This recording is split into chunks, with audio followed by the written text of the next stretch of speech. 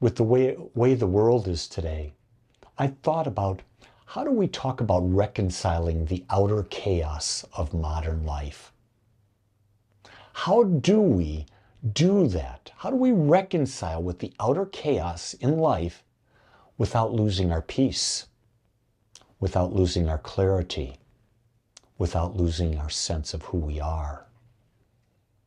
You see, today, I don't know about for you, but everyone I know, life feels chaotic.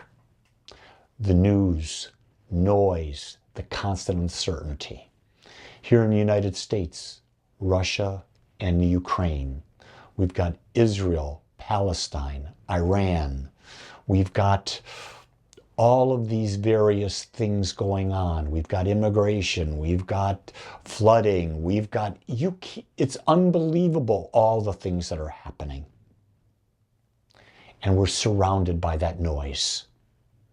We're surrounded by that noise, and it appears to be very chaotic.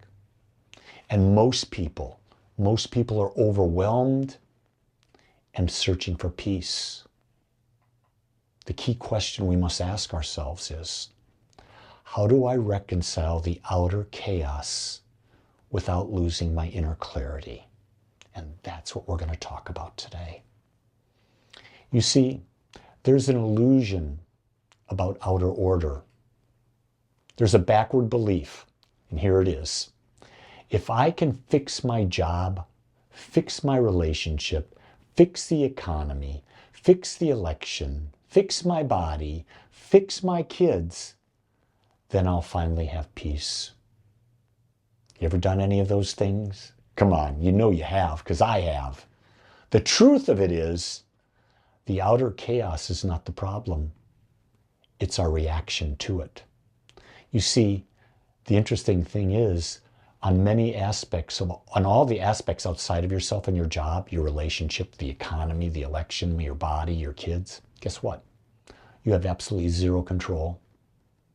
But you do have the ability to control how you react to it, or better yet, how you respond to it. One of the things that I see happening out there all the time is, when I find the right mate, then I'll feel complete. That's false logic. When I have enough money, I'll enjoy life. That's false logic. The truth is, you can't find the right mate. You have to find the right frequency within yourself. You've got to become the person who really doesn't need a mate, but is comfortable being alone. You've got to become the person who understands that you live an abundant life. You have what you need. In other words, you start enjoying life now. You're not waiting for anything outside to happen to be that. Because if you get the mate, you're not going to be happy. If you get the money, you're not going to be happy because it's an inside job. What I've come to understand is that chaos, which we're seeing in the world, is a mirror. If you go back and you study history, you'll find the world has always been uncertain. I look back as long as I can remember, and I'm 74 years of age, there's always been chaos in the world. It's just a little louder and more visible now. Social media, the internet, technology, we see it more. I wouldn't know what was going on in New York, California, Kerrville, 40, 50 years ago, and if I did, it would be a minor headline in the newspaper or a minor blurb on the news.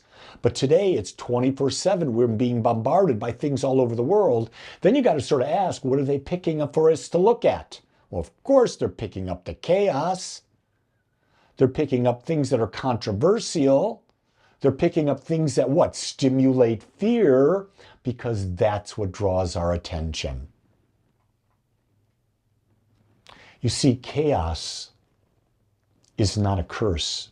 It's a call. It's a calling to stop seeking peace outside of ourselves and start discovering the power within us. You know, as I've grown, as I've matured, as I've done my spiritual exploration, I have found there's a place within me. It's deeper than my thoughts. It's older than my name. It's untouched by noise. That's that still, quiet space. In Zen, they call it the no mind. That's a place where you're not judging. You just accept what is. So there's no judgment. In religious science, we call it the indwelling presence, the allness, the oneness, basically the same thing.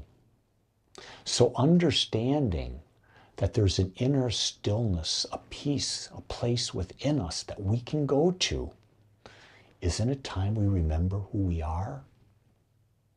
You see, you don't create this space, this inner stillness, this sanctuary within you. You just remember it. It's always been there. That's where the practice of meditation, mindful living, prayer, gratitude, forgiveness, they're to get you back to that place. And you do that through your practices. The first one is just become still. Can you just sit and not think? Can you bring your mind and focus on, let's say, a mantra? Pick a word. Pick the word blueberry. And just focus on the word blueberry without judgment. Just focus on the word. And then as you're doing it, can you witness your reactions? Can you become the witness in every day of your life? Can you become the witness of your reactions to everything that's happening? You hear a news event. How'd you react? That person said this. How'd you react? Can you be the witness and not react? Just observe. That's powerful. But you got to become still to do that. Because if you're not still, guess what? There's all this rambling going on in your head and you're not going to be able to be the witness. You're going to be the reaction.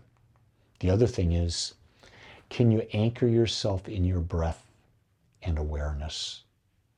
Can you really just sit and just focus on breathing in and breathing out?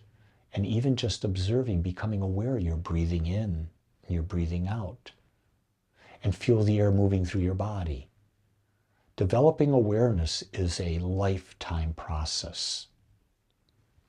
You see, what I've come to understand is that when you observe without becoming what you observe, you reclaim your power. When you reclaim your power, you start to understand the truth that chaos is a teacher. Because it strips away illusions, because it reveals what are we attached to. If you're having a strong mental reaction to something, there's an attachment to wanting more of it or wanting less of it. And when you have the attachment, now you can look at focus it. It confronts chaos, confronts control. Because you're going to have to realize there are events that are happening that you have no control over. I have no control over what's happening in Ukraine and Russia. I have no control of what's happening in Palestine. I have no control of these things. The only possible control I have is maybe if I want to send some money and aid, I could do that. I can definitely hold in prayer that the leaders of the world see it differently and bring peace. I could then vote at the next election for people who might have a point of view that might work on that. But that's all I can do. I can't control anything else, so why would I get myself upset over that? Chaos calls us into conscious living. To realize, what is it that we can do? How is it can we review it? How can we see the beauty of an event? What is that chaos trying to bring forth? Trying to bring forth the illusion that we're trying to control things that we have no ability to control. Conscious living is about how do we see life through the eyes of love? How do you see the people in Kerrville, Texas? The ones who are affected, trying to understand the pain that they're going through. It's something that takes time to do. And time heals all. One of the things chaos does as a teacher, it's a key reframe for us. In other words, don't ask, why is this happening to me? Ask, what is it revealing in me? Why is a useless question. Because you're never going to really know the why. There's so many things you can't know the why. Why did my partner leave me? I don't know why. Maybe they don't even know why. Why do I have this illness? I don't know why. But what's it revealing in me? Why am I stressed? Why am I feeling so attached to this? Why am I making this more important than it is? Why is it I can't settle into the now and be perfectly at peace right here now? Let go of my thoughts so that I'm not sent into a whole stress thing, but rather I can find peace in the midst of a hurricane, just like the eye of the storm. And you know what? There are spiritual practices that'll help us stay centered. Number one, this is one of my favorites, practice the pause. Something happens, pause before you react and ask the question, how can I express greater love here? Pausing will set you free. Next, it creates a space between the stimulus and the response. And all you need is a couple seconds. And you won't react automatically. You respond intentionally. Another spiritual practice is to anchor in truth. In other words, use affirmations. Affirmations like, peace is my nature. I'm unshaken in the midst of chaos. You don't have to be disturbed. Being disturbed, whether you realize it or not, most likely unconsciously, is a choice. Next spiritual practice, serve from wholeness. Be of service to others, knowing that you're whole and seeing the wholeness in them. In other words, embody peace. Don't preach it. How can you preach something that you don't embody? People will see through it like it was yesterday. They know. I know one of the things is I can't teach what I don't know that I'm not practicing, because if I did, people would see I'm a hypocrite. And there's a call to your truth, and chaos is that call. It's to reclaim your power. Reclaim your power for what? Against the fear, against the noise, against comparison. I'm sure you've heard this said before, but let me say it again. Comparison is the death of joy. It takes you out of being grateful for what you have. Be grateful for what you have. If you want more, fine. Set an intention to get more. But don't be called to fear getting more. Don't let the noise distract you. Here's another thing. Stop trying to fix what was never broken. We try to fix everything. Guess what?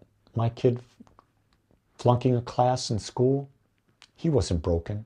He needed to learn a lesson by flunking that class. I did everything I could to stop my son from failing, and he didn't. And he would tell me later, you should have let me fail. I would have learned my lesson. He wasn't broken, because no one is broken. Here's the key thing. The only way people learn is through experience. The only way cultures learn is through experience. The only way relationships learn is through experiencing. It's not broken, it's progressing. And progressing means you're going to make mistakes. You have to have experiences to understand whether you're on the path or off the path. Chaos is the call to develop inner stillness. How can you be the eye of a hurricane in the midst of the storm? It's easy to meditate when you're sitting in a comfortable chair, perfect temperature, no noise. It's difficult to do it when you're in the midst of a room of yelling people. But you can if you train yourself. Chaos, it's out there, and chaos will continue. You're not here to escape chaos. You're here to transcend it. You see, it's not whether chaos will continue, but more importantly, will chaos dictate who you are, how you feel, and what you become? That's the question I want you to ask today. Will you allow chaos to dictate will you allow the news to dictate how you feel? Will you allow social media to dictate how you feel? Will you allow them to forge you into a being instead of you consciously choosing who you're going to be and who you are to become? Or are you going to let chaos do that?